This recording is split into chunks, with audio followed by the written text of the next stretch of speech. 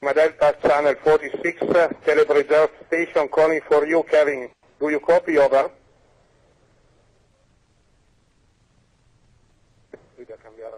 IK1SLD or for ISS on channel 46. Okay, Channel 46, are you ready for the first question? Kevin, over.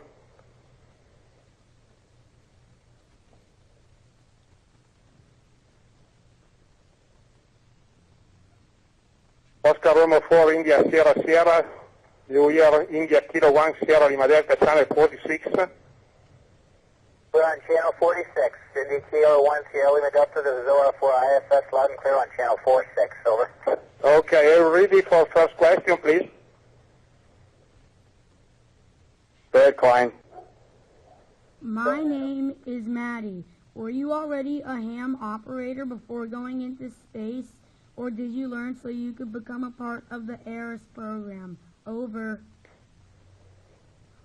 No, I was not a ham operator in training for this mission. I had a radio permit for other types of radios, but not for ham radios. But we had to study and take the test and become ham operators just like other ham operators do. Over. My name is Brandon.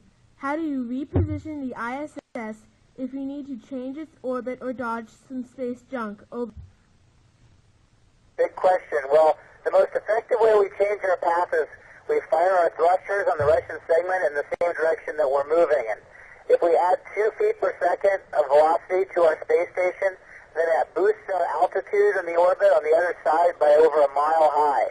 So by knowing where the collision is going to be closest or where the collision might occur, we change our velocity just a point to miss the debris in our orbit. Over. My name is Isaac. Are you permitted to move about the space station at will, or do some areas require clearance? Over.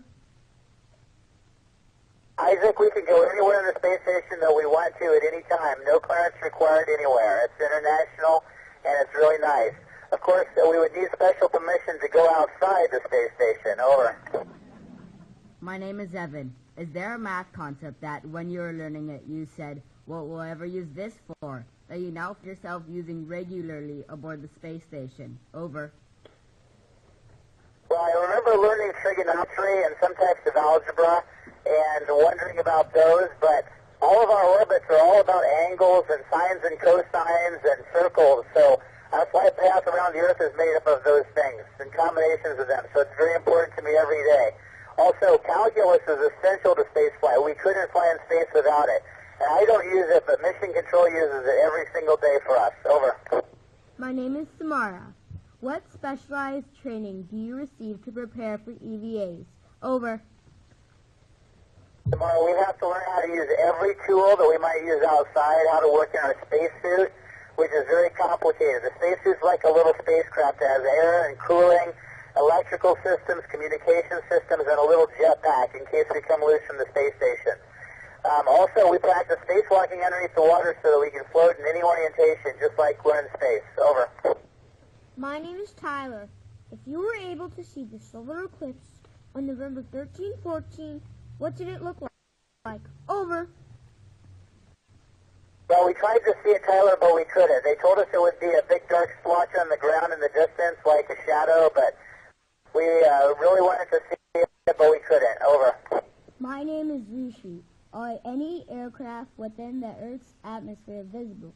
And if so, is this of any value? Over. Well, I haven't actually seen any aircraft, but you can see their contrails that they leave behind. It's valuable to us somewhat because you can tell when you're over continents and major cities. If you see a lot of them below you, you know you're somewhere near civilization. Over. My name is Elias. As we celebrate the 40th anniversary of the last lunar landing mission, Apollo 17, what achievements do you anticipate us celebrating 40 years from now? Over. Well, I think we'll be back on the moon with a habitation there. I hope the United States is part of the team because somebody in the world will do it.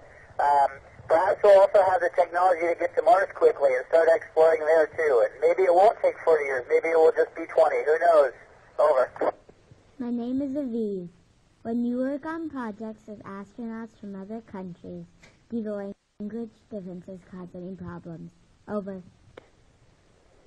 Well, sometimes it does, but we all study languages and be be capable of speaking with each other. We have to be very careful. Usually when I talk to my cosmonaut crewmates, I speak Russian if I can, and then when they speak to me, they use English, and that works out pretty good. Over. My name is Sergey. In your free, have you ever made an important accidental discovery? Over. So that's a very good question. I make mistakes and learn little things all the time. The other day I went to smell some Russian shampoo before I used it. And the bottle was just about empty. I had a little bit stuck in the bottom, so I held it under my nose and gave it a little squeeze. But there was some shampoo trapped in the top underneath the cap, so it shot up into my nose. That wasn't very good. Shampoo climbs right up into the caps of bottles in zero gravity and likes to hide there. Over. My name is Mary Grace. What is the emergency medical plan for a serious illness or injury? Over. We have a lot of training before we come up here, Mary Grace. First we give first aid. We can give CPR if we need it. We have a defibrillator on board to use if it's required. And then we have doctors on the ground to help us with anything that we might need to do that's special. If it's really serious, we have a serious spacecraft. We could just jump in it, fly it home. It's kind of like our lifeboat. Over. My name is Alan. Is it difficult to readjust to walking in 1G on Earth after months in microgravity? Over. Yeah, very difficult. After my space shuttle flight, I had to really concentrate on not falling over for almost a whole day afterwards. So we had specialists on the ground to help us with our rehabilitation after we landed. Over. My name is Maddie. Are you able to see shooting stars? Over. Yes, you can see shooting stars from the space station. There's some upcoming opportunities. I'm going to go look out the window and see if I can see some. It's really interesting here because remember the atmosphere is below us, so we see the shooting stars coming into the atmosphere below us instead of above us like you. Over. My name is Brandon. Do the 30-second periods of weightlessness aboard the Vomit Comet adequately prepare you for long durations of microgravity? Over. They help a lot, but not completely, because the hard part is doing everyday tasks without the ground to provide your support, something to stand on and push against. That is what makes spaceflight hard, and we don't get to practice that too much in the Vomit Comet. Also, the short periods on the plane don't cause any bone or muscle problems like the long spaceflight does, but it's still very good training. Over. My name is Isaac. If you could write your own space mission, what would it be? Over. Well, I think I'm kind of living a great one right now, 5 months in weightlessness in outer space. But if I could pick my very favorite thing to do, I think I would like to go there and land near a habitation module and a moon lander, spend a few weeks there, and then come back home again to Earth. I think it would really be fun being in lunar gravity and making that trip to and from the moon. Over. 1 minute. Well, thank you so much, Commander Ford, for spending your time with us today. We appreciate it. Thank you also for helping us celebrate the 40th anniversary of the last lunar mission. Thank you. Over. Talking to you today in California, and thanks Italy for passing us through. And it's great to have you all on board the space station with me. You have a great day. Over.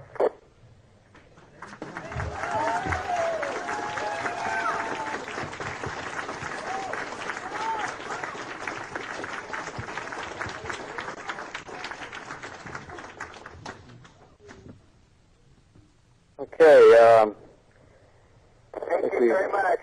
Oscar Romeo 4 ISS out.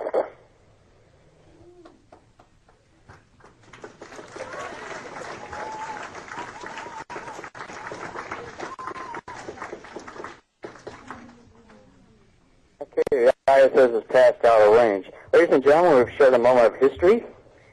Amateur radio station IK1SLD in Italy, operated by Claudio, IK1SLD, contacted Kevin, KF5GPP, aboard the International Space Station, talking with students at Kline School in Costa Mesa, California. Congratulations, students at Kline School. We'd also like to thank John, AG9D, for IRLP and Echolink, if he was able to join us. Now for the amateur volunteer team of ARISS, including the radio amateur satellite corporations around the world, American Radio Relay League, CSA, ESA, JXA, NASA, Las Comos. This is Charlie Savannah, amateur radio operator, AJ9N, saying my greetings to all of you in amateur radio terms. 73's best wishes to you.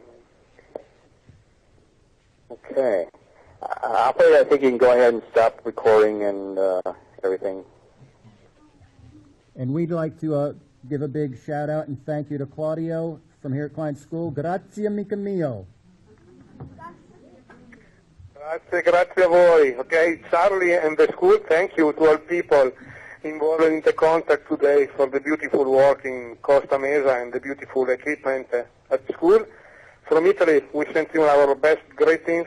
Good afternoon, and ciao ciao from India, Kilo 1 Sierra Lima Delta, Claudio and Max, India Whiskey 1 Charlie November Fox here in the shack. Ciao ciao.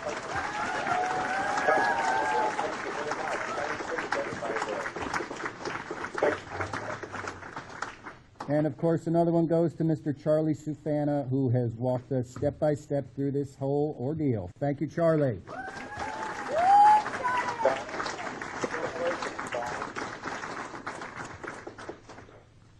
I'll be contacting you all a little bit later with some other fun stuff to follow up on, including getting a QSL card. So congratulations once again. Now, party hardy.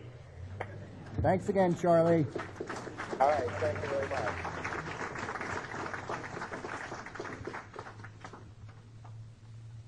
Okay. Kenneth, you still there too? Okay, close it down here.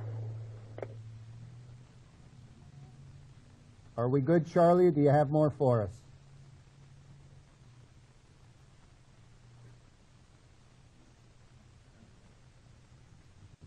What's your name?